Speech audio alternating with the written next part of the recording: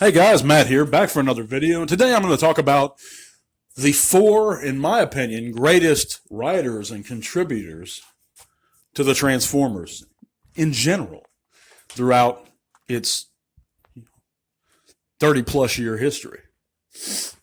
35 now? 36, 35? Yeah. So we're going to start out, and this is going to be in order for me. And please let me know if some you guys disagree with some of my choices. Who would you have? Why do you disagree? Why do you agree? What are your favorites? So number 4, I'm going to have Nick Roche. Now I know Nick is known a good deal as an illustrator also, but the guy was a pretty decent writer. And of course he wrote Last Stand of the Wreckers, and he contributed to many of the IDW's my favorite books in IDW. And there's not many of them. But what are there, he did, for the most part. He wrote the Spotlight Cup, and he just did some really solid work with that company. And it made that company a little better than I think it is. It's become today, for sure. His designs for Springer specifically came to be beloved and is still beloved by many.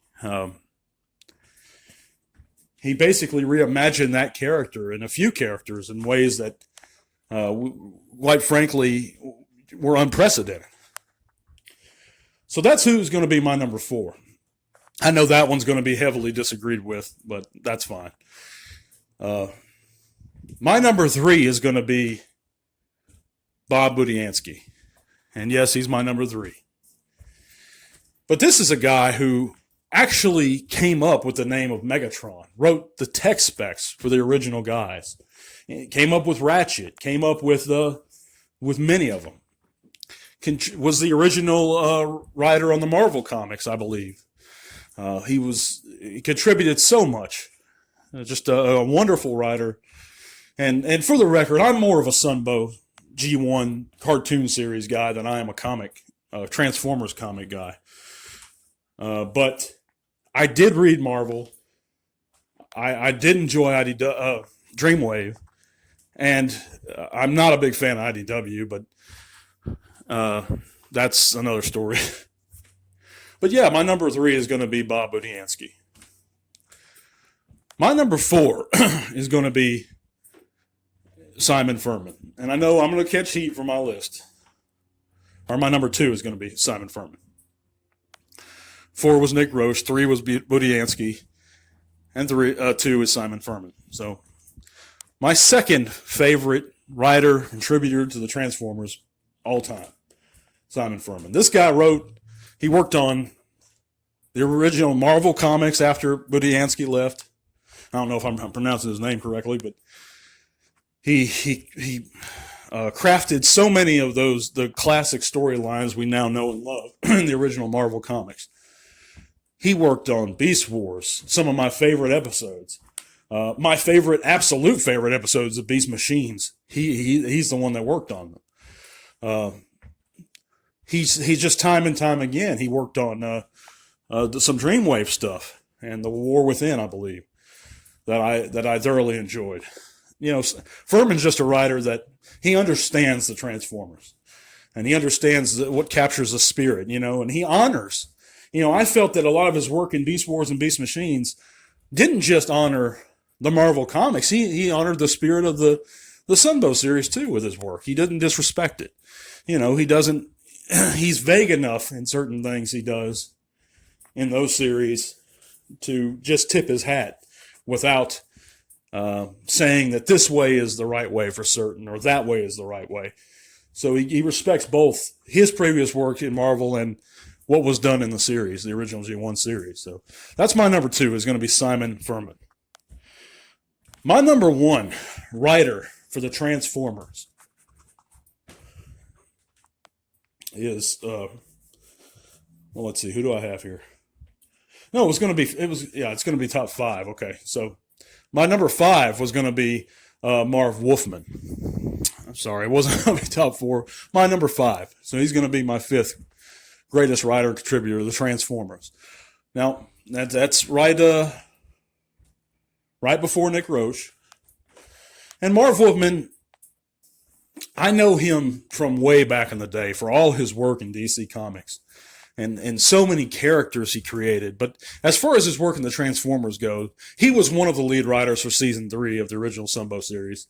And he even did work in Beast Wars, I believe. And he worked on a lot, actually. That not really comic stuff for the Transformers, I don't believe. I could be wrong. I think he was more into DC. But as far as the series go, G1 and Beast Wars, just a phenomenal job. And some of my favorite storylines, again, were captured through Marv's imagination.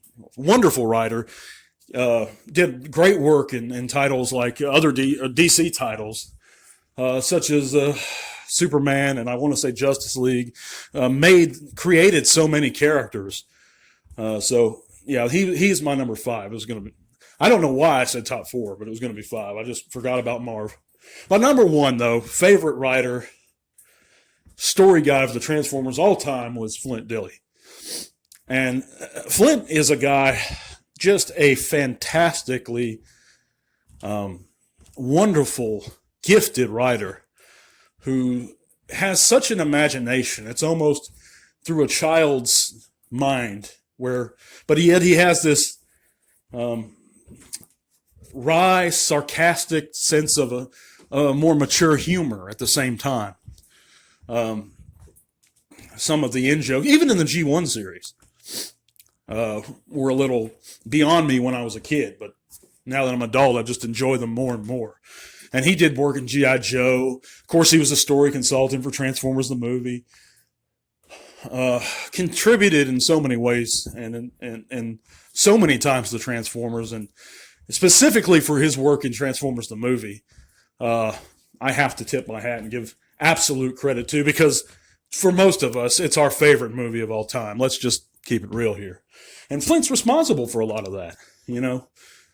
And so I got to give love to Flint Dille as number 1. And I know a lot of guys are going to disagree with me, but it's really, I feel strongly about that. Just a fantastic writer. And I do encourage everyone to actually read the fellow's new book that came out, I believe, last year or the year before, The Game Master. It's very good from what I've read. I haven't completed it, but I've read a good bit of it. And very good, very good. But thank you guys for watching, and give me a thumbs up if you like the content. If you want to see it keep going, which I plan on keep going anyway. But if you'd like it, give me a thumbs up. Help me out. If you don't like it, give me a thumbs down. But let me know why. Those thumbs down don't bother me one bit. But it's really the fact that someone doesn't have the courage to tell me, why. Because I can tell you that I dumb down a lot of videos, but I'll always let them know in the comments what problem I had with it if I did. But thank you guys for listening. Stay tuned. Got a lot more interesting subjects coming. God bless y'all till all are one.